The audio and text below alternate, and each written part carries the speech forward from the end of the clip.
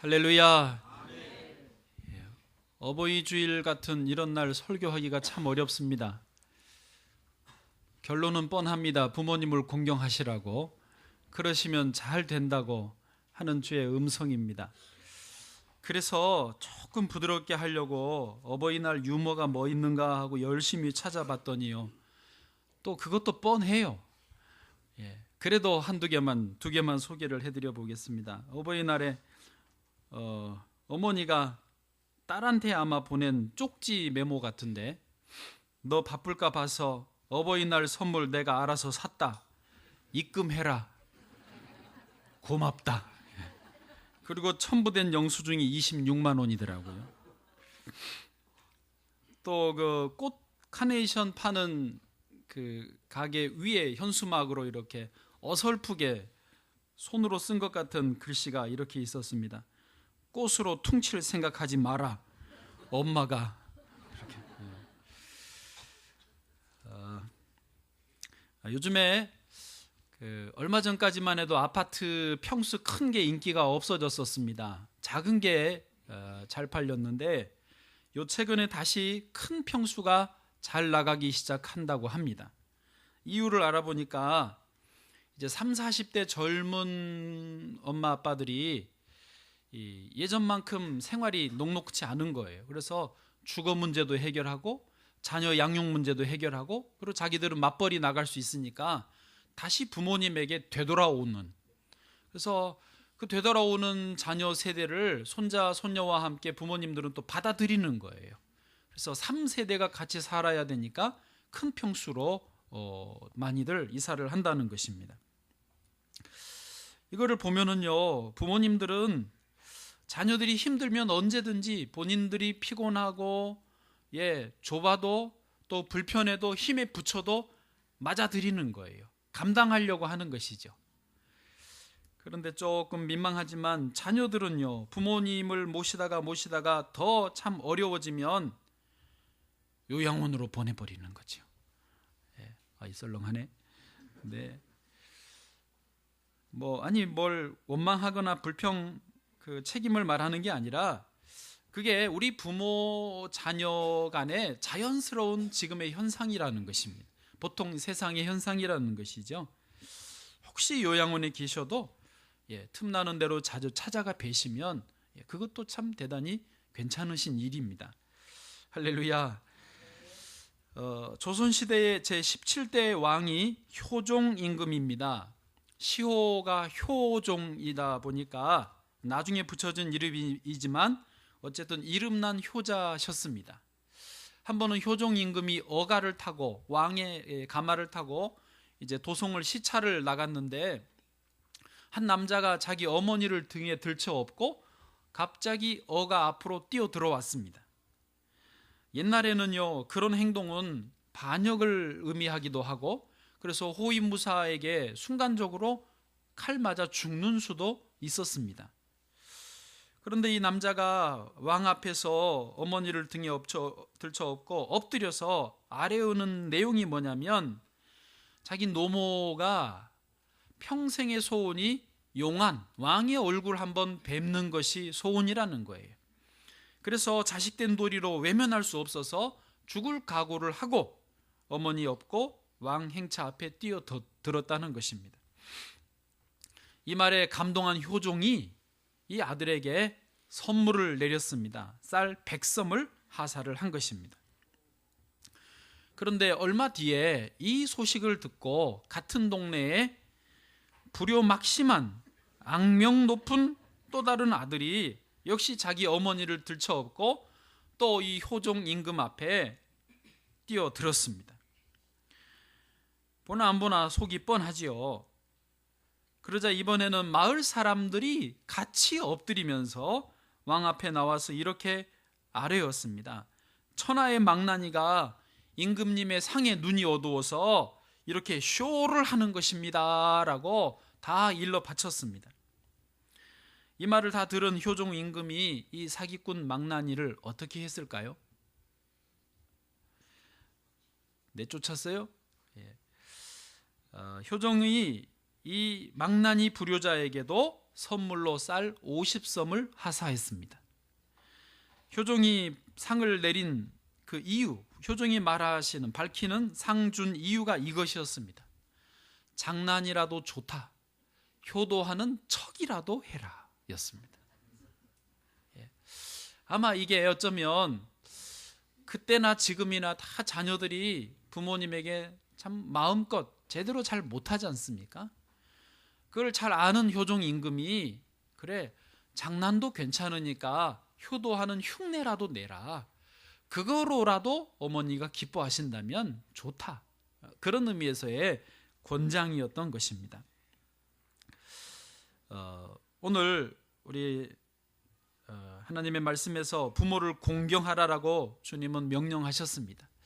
이 부모 공경은요, 부모를 기쁘시게 하고 효를 하라는 이 사상은 그때 당시 조선시대 유교의 가르침에도 분명히 있습니다.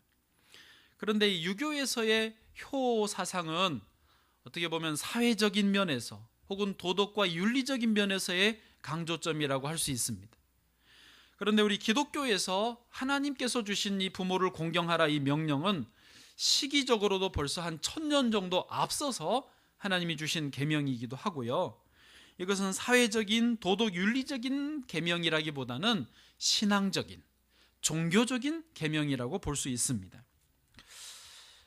자, 오늘 본문 좀 짧으니까 다시 한번 다 같이 읽어보시겠습니다. 신명기 5장 16절입니다. 시작.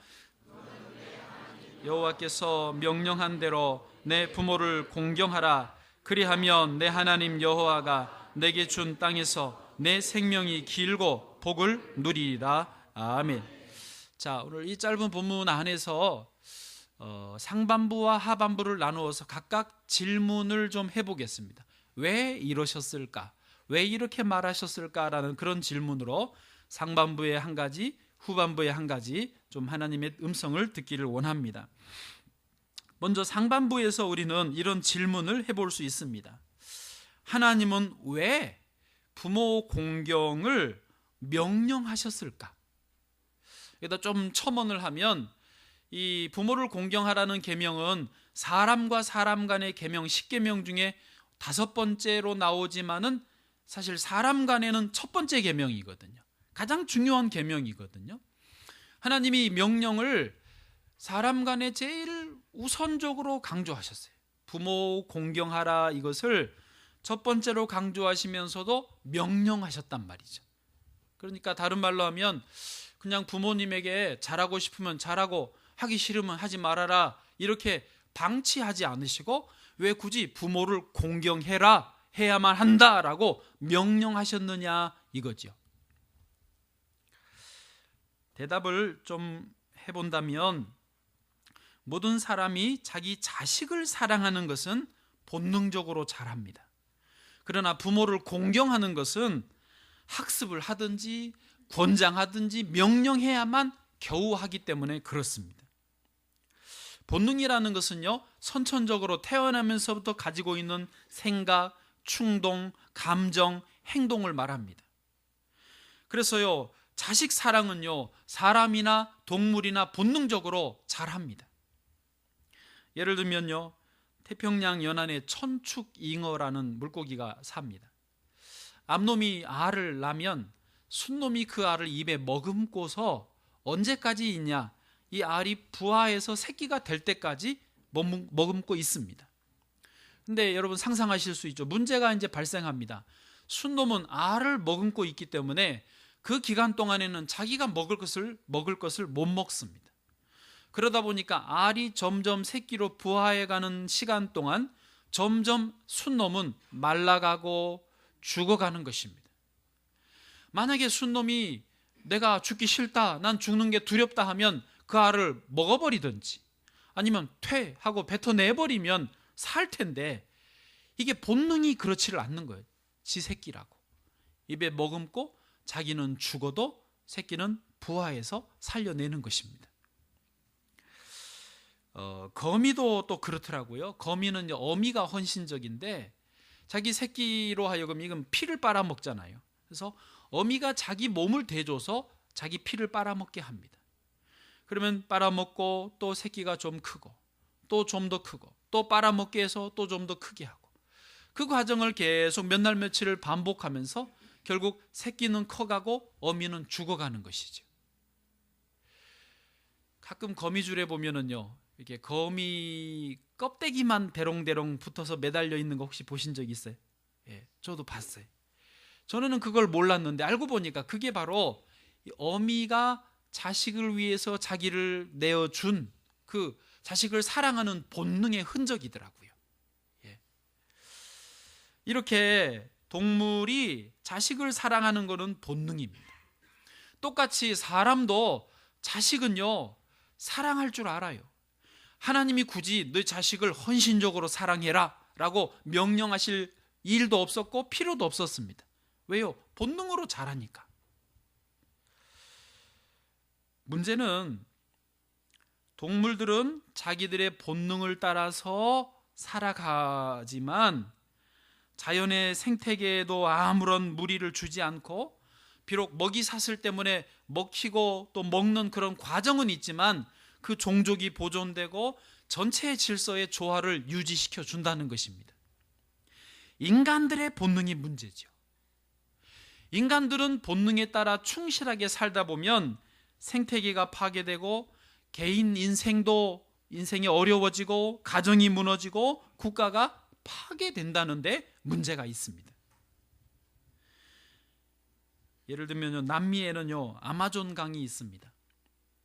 이 강이 얼마나 크냐, 세계에서 제일 큰데요, 그 폭이요, 길이 말고 강폭이 제일 넓은 데는 서울에서 대구까지만 합니다. 감사합니다, 놀래주셨어요. 그 길이는요 약 7,000km 정도 됩니다. 지류들까지 다 합쳐서. 그 강에서 바다로 흘러가는 물의 양이 얼마나 많냐, 전 세계 강들마다 이제 물을 바다로 보낼 거 아닙니까? 그 전 세계 100%가 나간다 그러면 20%가 이 아마존강에서 나갑니다. 그 한 강에서 나가는 게 20%예요. 아마존강 유역에 이제 열대 우림, 나무들이 많이 살고 있는데 거기서 산소를 배출해 주잖아. 이산화탄소는 먹고, 그 양을 지구에 공급되는 산소의 몇 프로를 공급하느냐? 25%를 공급해요. 그러니까 4분의 1, 지구의 공기의 4분의 1을 아마존강 유역에서 공급해 준다니까요. 예. 그 아마존강 없으면요, 우리 산소가 없어요. 4분의 1이 없는 거예요. 그런데 문제는 최근에 아마존강에 관한 뉴스들 신문에 자꾸 나오는 거 보면요, 이 환경 생태계가 계속해서 파괴되고 있다는 것입니다. 기업을 하는 사람들이 뭐 적당히 개발하는 거야 필요하지요. 그러나 욕심을 내는 거예요. 자꾸 더 많은 면적을 벌목을 하고, 또 거기다 공장을 지어서 오폐수들을 아마존강에 보내고, 또 정부 지도자들은요 도시를 아마존 강 유역에 건설을 하는데 이 생활폐수, 물 정화시설을 안 만들고 그냥 도시를 만드니까 오물, 쓰레기, 더러운 생활폐수들이 그 아마존강으로 들어갑니다. 근데 날씨가 덥기 때문에 그게 빨리 썩어서 자기들도 냄새가 나서 살 수가 없다고 한다는 것입니다. 개발하면서 원주민들은 쫓겨나가고 환경운동가들은요 어느 날 보면은 죽어 있어요. 심증은 있는데 물증이 없는 거죠. 누가 죽였는지 물증은 없지만 대충은 짐작할 수 있는 그런 상황들이 지금 벌어지고 있습니다. 이게 무엇을 의미하냐면 동물의 본능은요 동물의 세 번 해봐요 이거를 헷갈린다니까. 동물의 본능은 죄로 오염되지 않았습니다. 거기에는 욕심이 개입되지 않았어요. 자기들이 먹어서 배부르면 그 다음에는 옆에 먹을 것이 있어도 돌아보지 않습니다. 그냥 가게 내버려 둬요. 그러나 인간의 본능은요 소유를 해도 끝이 없습니다. 더 소유하고 싶어하고, 또요 자기가 지배를 하고 영향력을 끼치는 그 영향이 있으면 거기서 끝나지 않습니다. 더 많은 땅, 더 많은 것을 지배하기를 원하는 것입니다. 무슨 차이입니까? 동물의 본능은요 그냥 하나님이 본래 주셨던 본능 그대로를 유지하고 있다고 봐도 됩니다. 그러나 인간의 본능 속에는 죄가 들어오면서 욕심이 개입되어 있습니다. 그 욕심의 본능 때문에 더 많이 지배하려고 하고 더 많이 소유하려 하다 보니까 본능대로만 살다 보면 자기도 만족하지 못하고 인생도 가정도 나라도 자연환경도 파괴된다는 것입니다. 그래서 하나님은 율법을 주신 것입니다. 그래서 하나님은 이 율법으로 네 부모를 공경하라고 명령하신 것입니다. 그것이 결국은 우리 모두가 다 행복하고 만족할 수 있는 길이기 때문에 그렇습니다. 여기 있는 저와 여러분은요, 하나님을 섬기는 사람들입니다. 예수 그리스도 안에서 우리의 심령이 새로워진 사람들입니다. 그래서 우리는 원래 하나님 주신 이 본능을 회복하신 것이죠. 그래서 부모님을 공경하는 것을 동의하고 더 하려고 애를 쓰는 것입니다. 할렐루야. 성경에서 이런 대표적인 인물이 우리 며느리들이 제일 싫어하는 룻이라고 하는 인물입니다. 며느리들은 시금치도 안 먹어, 시편도 안 읽어, 시자 영어도 안 본다고 합니다. 그런데 이 룻이요, 일찍이 자기 남편도 죽고 시아버지도 돌아가시고 동서는 집으로 가라고 그러니까 가버렸는데, 이 나오미 시어머니가 룻에게 야, 너도 젊으니까 집으로 가라, 다시 기회를 잡아라 라고 권면을 했는데도 룻은 끝까지 시어머니를 따라가겠다고 고집을 부립니다. 자, 여러분 별로 안 좋아하시지만 룻기 1장 16절을 한번 보시죠. 룻이 이르되 내게 어머니를 떠나며 어머니를 따르지 말고 돌아가라 강권하지 마옵소서. 어머니께서 가시는 곳에 나도 가고 어머니께서 머무시는 곳에서 나도 머물겠나이다. 어머니의 백성이 나의 백성이 되고 어머니의 하나님이 나의 하나님이 되시리니. 아멘. 17절은 여러분 읽어보시죠. 시작.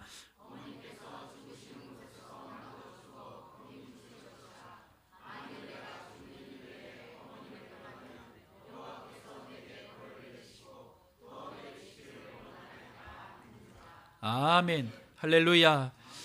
여러분, 우리는 예수 그리스도 안에서 심령이 이미 새로워진 사람들입니다. 그러므로 하나님의 명령을 받아들일 줄 알아야 됩니다. 내 죄된 본능이 거절하고 사양한다 할지라도 이를 악물고라도 하나님의 명령에 순종하려고 애를 써야 되는 것입니다. 저는요, 돈을 우리 아이들에게 쓰는 것은 너무 아깝습니다. 특별히 학원비를 내주는 것은 정말 눈물나게 아깝습니다. 제발 학원 좀 안 갔으면 좋겠어요. 한 명만 다녀도 비싼데 2명 다녀, 어떨 땐 3명이 다녀요. 학원에서 문자 옵니다. 월 초, 그러니까 월말 월초에 이제 그 다음 달 학원비를 입금을 해야 된다고, 내야 된다고, 납부 기간이라고 문자가 와요. 정말 신경질이 납니다. 그래서 저는 절대로 월 초에 학원비를 내지 않습니다. 아까워서 월 말에 겨우 결제를 하고, 그것도 좀 별로 기분이 그러면 한 몇 주 지나서 결제를 합니다. 아까워요. 학원비 내는 게 너무 아까워요. 옷 사 입어야 돼요. 저 책 사야 돼요. 가방 사야 돼요. 가방이 어쩌다 사지만 신발 사야 돼요. 요즘엔요, 중고생들도 화장품도 삽니다. 너무합니다.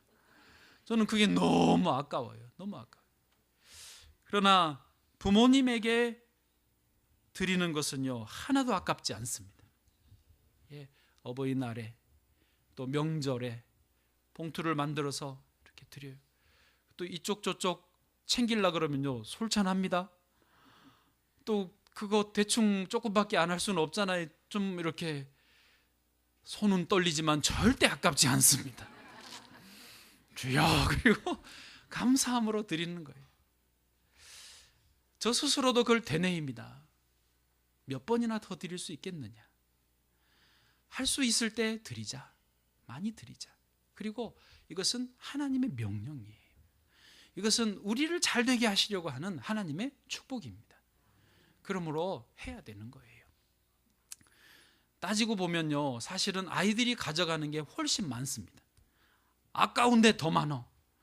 부모님께는 해드리고 싶어도요, 정작 몇 번 못해요. 그래서 총액으로 따지면 별로 안 됩니다. 그래도 하나님 말씀 따라서 저와 여러분이 할 수 있는 대로 더 하실 수 있기를 주의 이름으로 축복합니다.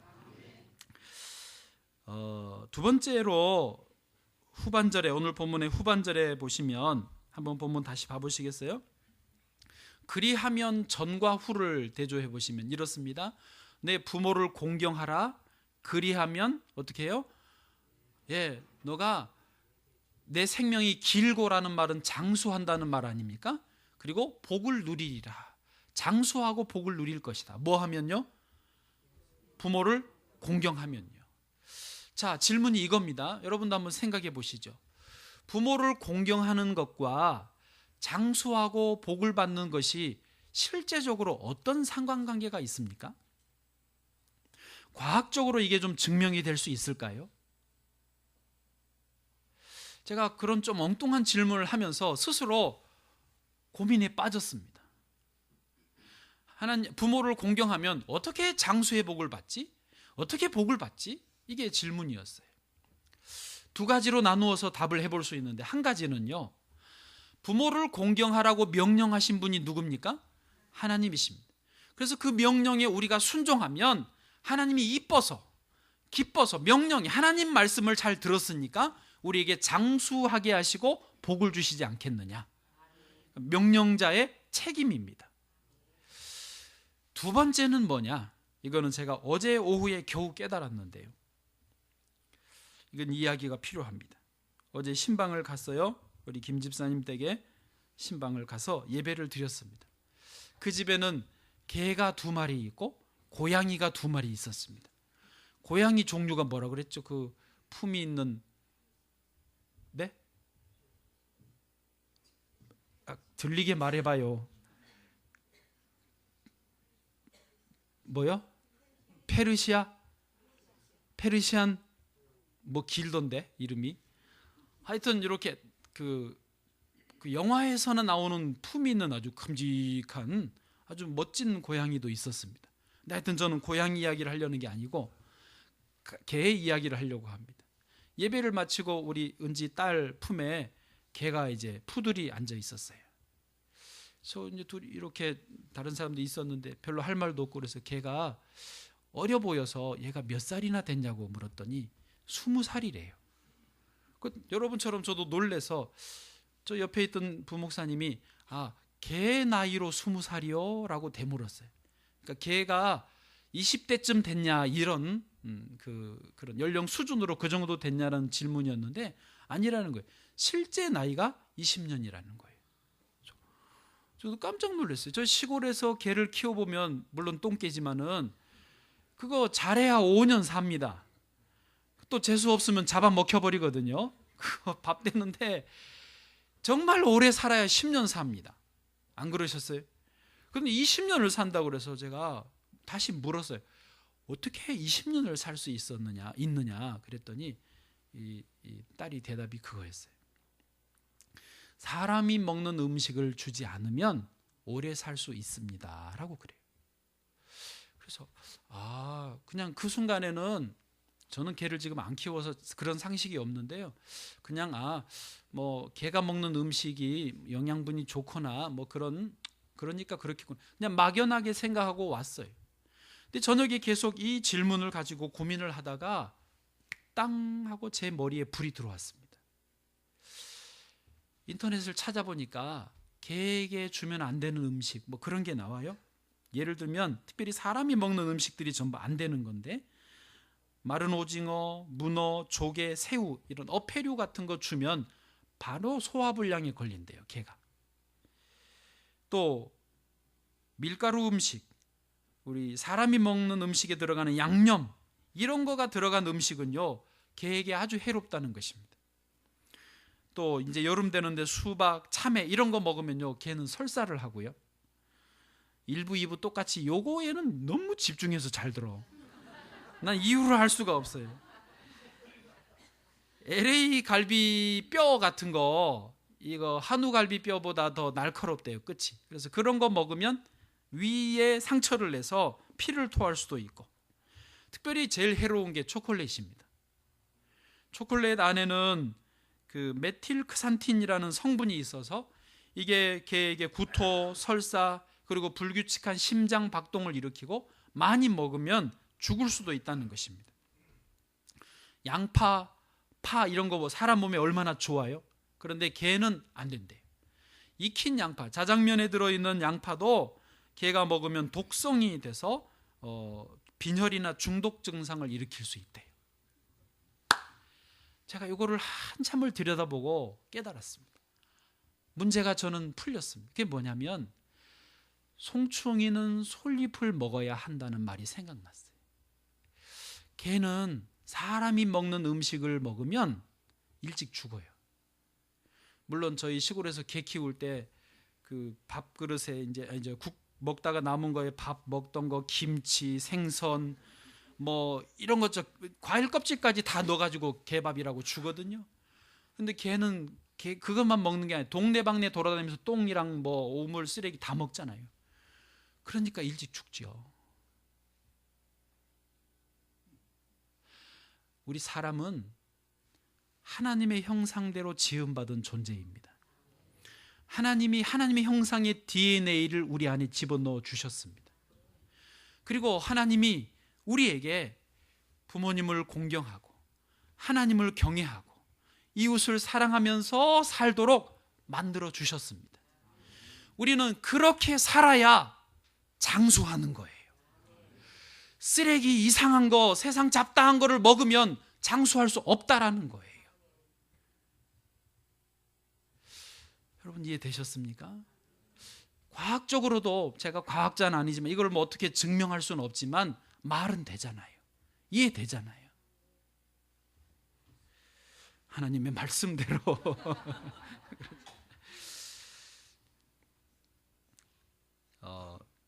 우리 오신주 목사님이라고 있습니다. 성함이 오신주예요. 북한에서 오셨는데요. 우리 목사님은 지금도 이제 80대이신데 아주 건강하시고 목소리가 쩌렁쩌렁 하시는 그런 분이십니다.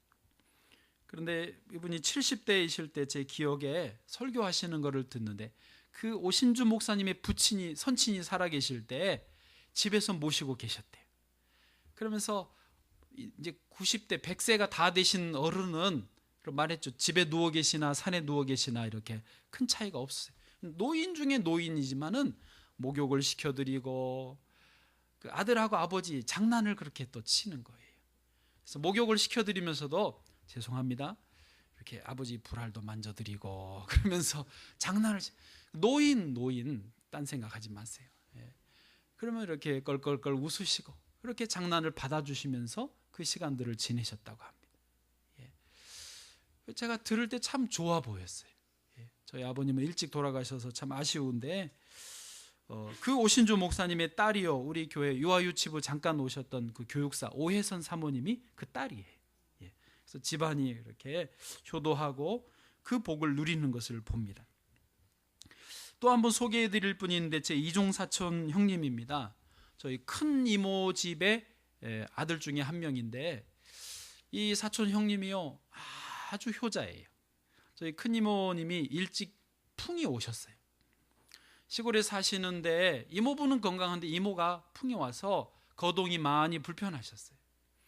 그런데 이 사촌 형이 서울에서 이 일본인이 사장인 회사의 사원이었는데 시간만 나면 시골에 가서 어머니를 돌보는 거예요. 물론 회사에서도 자기 일은요 열심히 잘하죠. 충실하게 하고 시간이 나면 가는 거죠. 그래봐야 몇 분을 갖겠습니다만은 하여튼 그렇게 효자였어요.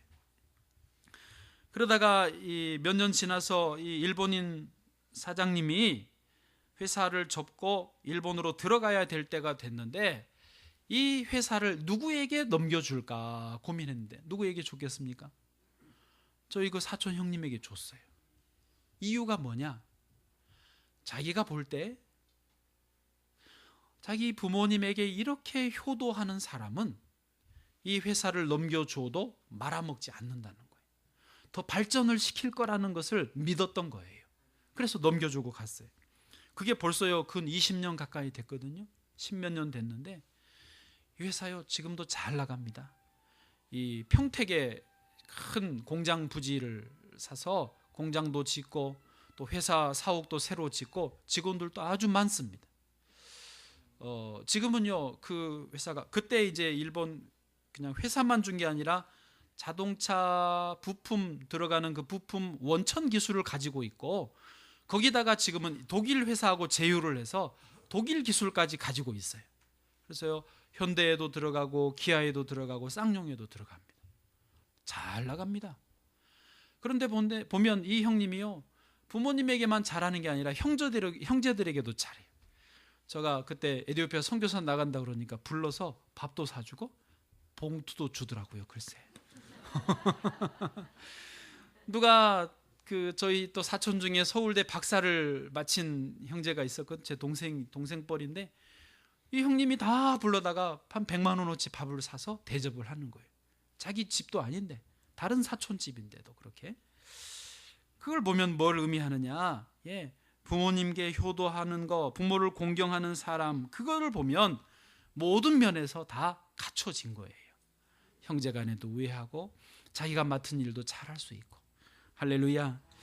자, 그런 이야기 예들을 살펴보면 하나님의 말씀, 부모를 공경하는 것과 장수하고 복을 받는 일이 서로 연결되어 있다라는 것입니다. 그리고 하나님이 그 일을 책임져 주시는 줄로 믿습니다.